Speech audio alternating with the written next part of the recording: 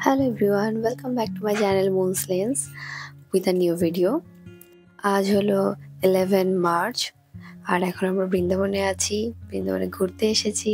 আগে তো আমরা এলাম যে ভিডিওটা পুরোটাই দেখালাম। তো আজকে থেকে ভিডিও শুরু হচ্ছে বৃন্দাবন ভিজিট করা আমাদের। তো সকালবেলায় আমরা অলমোস্ট 4:42-এ ঘুম থেকে উঠেছি। উঠে রেডি হয়ে গেছি। আমরা এখন যাব নিধুবন, ওখানকার হোলি খেলা দেখার জন্য। আর বাইরেটা দেখায় আপনাদের কি লেভেলের অন্ধকার। 5:15 বাজে, স্টিল এখানে অন্ধকার। এখানকার মানুষ ভীষণ সকাল সকাল উঠে যায়। অলমোস্ট মানুষজন উঠে গেছে, যেহেতু কানহাজি আছে তাকে ওঠানোর একটা ব্যাপার থাকে। তো আমরা এখন চলে এসেছি নিধুবন। এখন একটু একটু ঠান্ডা আছে, এই জন্য সবাই আমরা এরকম একটা চাদর পরে নিয়েছি। ওকে তো হরে কৃষ্ণ দেখতে লাগছে। আর আমার পেছনে দেখুন কি পরিমাণ ভিড়, সবাই মন্দিরের সামনে লাইন দিয়ে দাঁড়িয়ে আছে। আমরা একটু দূরে দাঁড়িয়ে আছি। আমরা এখানে এখন কটা বাজে? 5:30 বাজে, প্রায় 5:45 বাজে। ইভেন আমরাও দৌড়াচ্ছি। ভিডিও করার কোনো সিচুয়েশন নেই।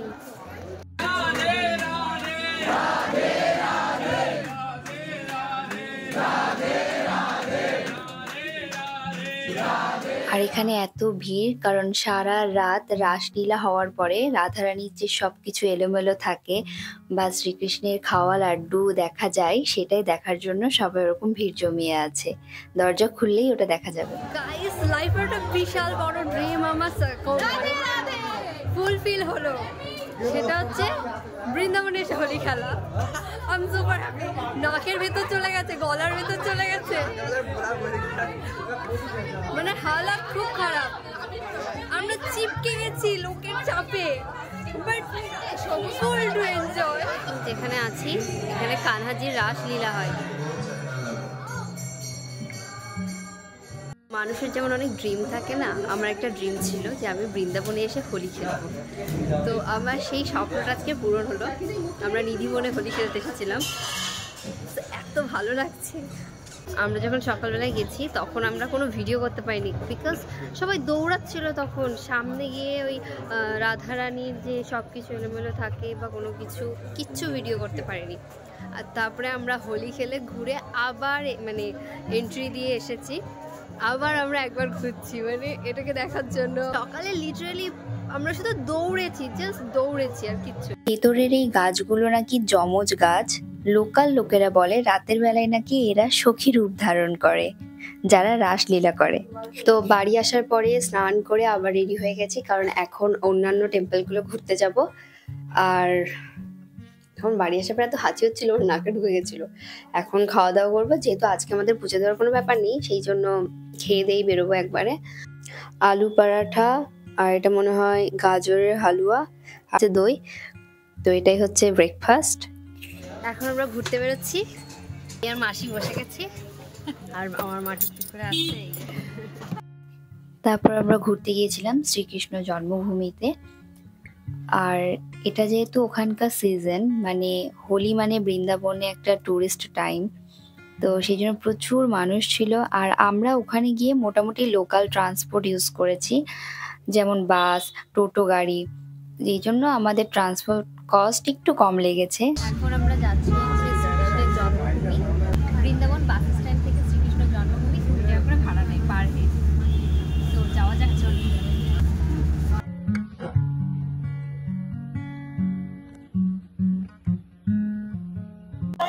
তো আমরা এখন চলে এসেছি হচ্ছে শ্রীকৃষ্ণ জন্মভূমিতে। আর আমার না কোথাও যেন একটু সেই মায়াপুর ফিল হচ্ছে এখানটায়। দোকানপাটগুলো চারদিকে মায়াপুরের মতো, মানে সেই গোপী ড্রেস, নানা রকমের কাঁসার জিনিসপত্র, ঠাকুরের জিনিস, গিফট আইটেম। তো ঠিক ওই রকমই মনে হচ্ছিল।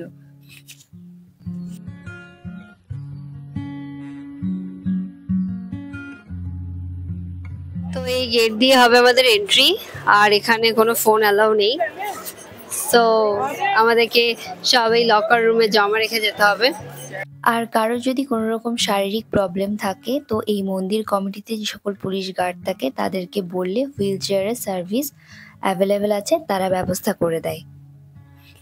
এখানকার যে মেন গেট সেখান থেকেও পাওয়া যায়, আবার মন্দিরে বা এই জন্মভূমিতে ঢোকার ঠিক আগের মুহূর্ত থেকেও পাওয়া যায়।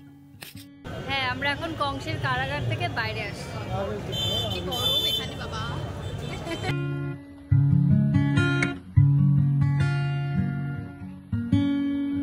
এখন বাজে বিকেল 4:04 আর এখন আমরা বেরোবো হচ্ছে গোকুলের উদ্দেশ্যে, গোকুল ঘোরার জন্য। আর এই যে আমার মাথার টুপিটা, এটা আমি বৃন্দাবনে এসে কিনেছি, দেখলাম সবাই মাথায় দিয়ে ঘুরছে, তা আমারও খুব ইচ্ছা হলো। সকালবেলায় আমরা গিয়েছিলাম শ্রীকৃষ্ণের জন্মভূমিতে। আর এখানে না বাবা কি আলো, তাকাতে পারছি না, এত হনুমান এসে খপ খপ করে হাত থেকে ফোন নিয়ে নেয়। আমি এখন এখান থেকে বসে আছি। আর বললামই তো সকালে গেছিলাম শ্রীকৃষ্ণের জন্মভূমিতে, তো সে কারাগারে জন্মেছেন সেটা যেটাকে বলা হয় কংসদ্বার, সেইগুলো সব দেখলাম। আর আমাদের আসলে ভেতরে ফোন অ্যালাউ ছিল না, সেই জন্য কোনো কিছু ভিডিও করা পসিবল হয়নি। নিধি ফোনে যখন গেছিলাম তখন ফোন যতটুকু অ্যালাউ ছিল আমি ভিডিও করেছি। আর এখানে তো ফোন লিটারালি নিয়েই নিয়েছিল, মানে চেকিংয়ে যাওয়ার পরে নিয়েছিল। তো ফার্স্টেই বলেছিলাম যে আমরা মোটামুটি সব লোকাল ট্রান্সপোর্টই ইউজ করেছি ওখানে গিয়ে ঘোরার জন্য। তো আমরা যাচ্ছিলাম গোকুল, যেখানে শ্রীকৃষ্ণের ছোটবেলার কিছুটা সময় কেটেছে।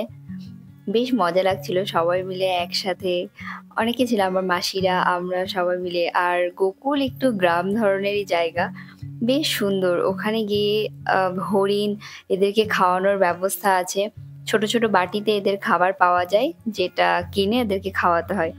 এত সুন্দর লাগছিল চারদিকটা, মানে এই জায়গাটা পুরো গ্রামের মতোই। আমরা এখন ওদেরকে খাইয়ে অন্য একটা জায়গায় যাচ্ছি। এটা হলো সেই জায়গা যেই জায়গার মাটি শ্রীকৃষ্ণ খেলতো, বা এখনো অবধি এখানে আবির খেলা হয় না, ওখানকারই মাটি খেলা হয়। তো সেই মাটি আমাদের গায়ে ছুঁড়ে মারছিল ওখানকার লোকজন। একটা জায়গা ছিল, সেই জায়গাটায় সবাই মাটি খেলছিল। আমরা এখন ঘুরতে এসে আমরা এখন ঘুরতে এসেছি রমন রেতি, আচ্ছা রমন রেতি গোকুল।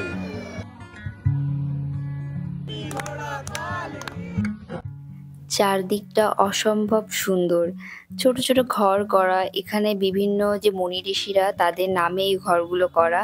এই ঘরগুলোর ব্যাপারে আমি খুব একটা জানি না। আর এখানে ওই ছোট্ট ছোট গরু, মানে ওদের হাইট খুব একটা বড় হয় না, একটা লিমিটেড হাইট অবধি হয়, তারপরে আর হয় না, এরকম গরু এখানে আছে।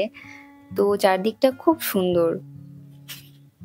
আর এখানকার কিছু কিছু মন্দির ক্লোজ ছিল, কারণ পর্যটকরা ওখানে গিয়ে আবির খেললে মন্দির নষ্ট হয়ে যেতে পারে, সেখানে নোংরা হতে পারে, সেই জন্য মন্দির ক্লোজ ছিল, বাট বাইরে থেকে দেখার ব্যবস্থা ছিল। আমরা একটা গোশালায় এসেছি, যেগুলো স্পেশাল গরু।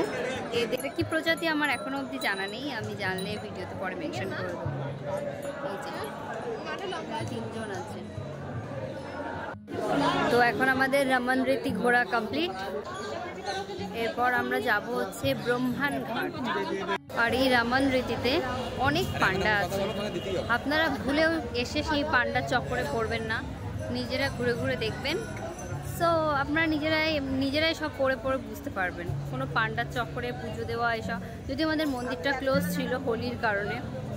মাঝে আমরা আরেকটা জায়গায় ঘুরতে গিয়েছিলাম, বাসুদেব দ্বার, মানে বাসুদেবের বাড়ি বলা হয় এরকমই। তো সেই জায়গাটা ঘুরতে গিয়েছিলাম, ওটাও খুব সুন্দর। ওখানে একটা শিব ঠাকুর আছে, সেখানে আবার একটু পুজো দেওয়ারও ব্যবস্থা আছে, বেশ সুন্দর। তবে ভিডিওতে আমি আরো একবার বলছি, আপনারা কোনো জায়গায় গিয়ে সচরাচর কোনো পান্ডার চক্করে পড়বেন না। বাসুদেব দ্বার ঘুরে তারপর আমরা এখানে লস্যি খেতে এসেছি। ভেতরে অনেক জায়গায় ফটোগ্রাফি বারণ আছে, যেমন কংসদ্বারে যখন গেছিলাম তখন আমাদের ফটোগ্রাফি বারণ ছিল, এখানেও তেমন ফটোগ্রাফি বারণ, তো ভেতরে কিছু দেখাতে পারিনি। বাট এখানে এসে ভুলেও পান্ডাদের পাল্লায় পড়বেন, এখানে সব জায়গায় পান্ডা। আমি যেখানে রাখবো সেখানে আসতেই হবে। এবার সবাই মিলে লস্যি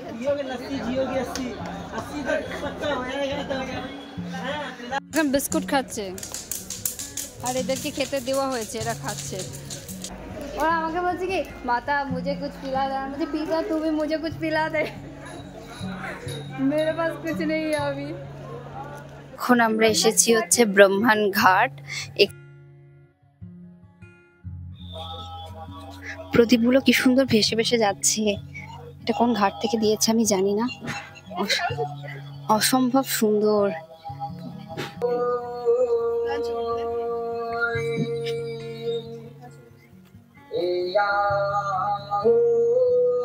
এই ঘাটটা থেকে ভাসানো হয়েছে।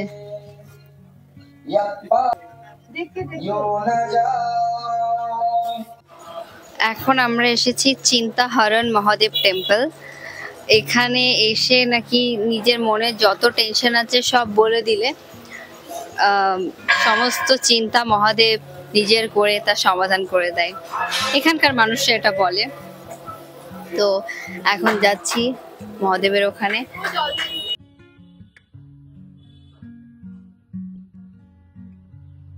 চিন্তাহরণ মহাদেব দর্শন কমপ্লিট হয়ে গেছে, এবার আমরা বাড়ি যাব।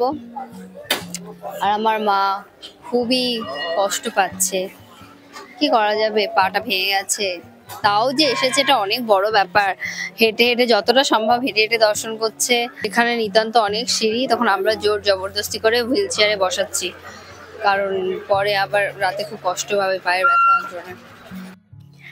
বৃন্দাবনে 1 মাস ধরে হোলি খেলা হয়, আর প্রতিদিন শ্রীকৃষ্ণের এক একটা সাজে এইরকম প্রসেশন টাইপ বেরোয়। এটাকে কি বেশ একটা বলে ওদের ভাষাতেই।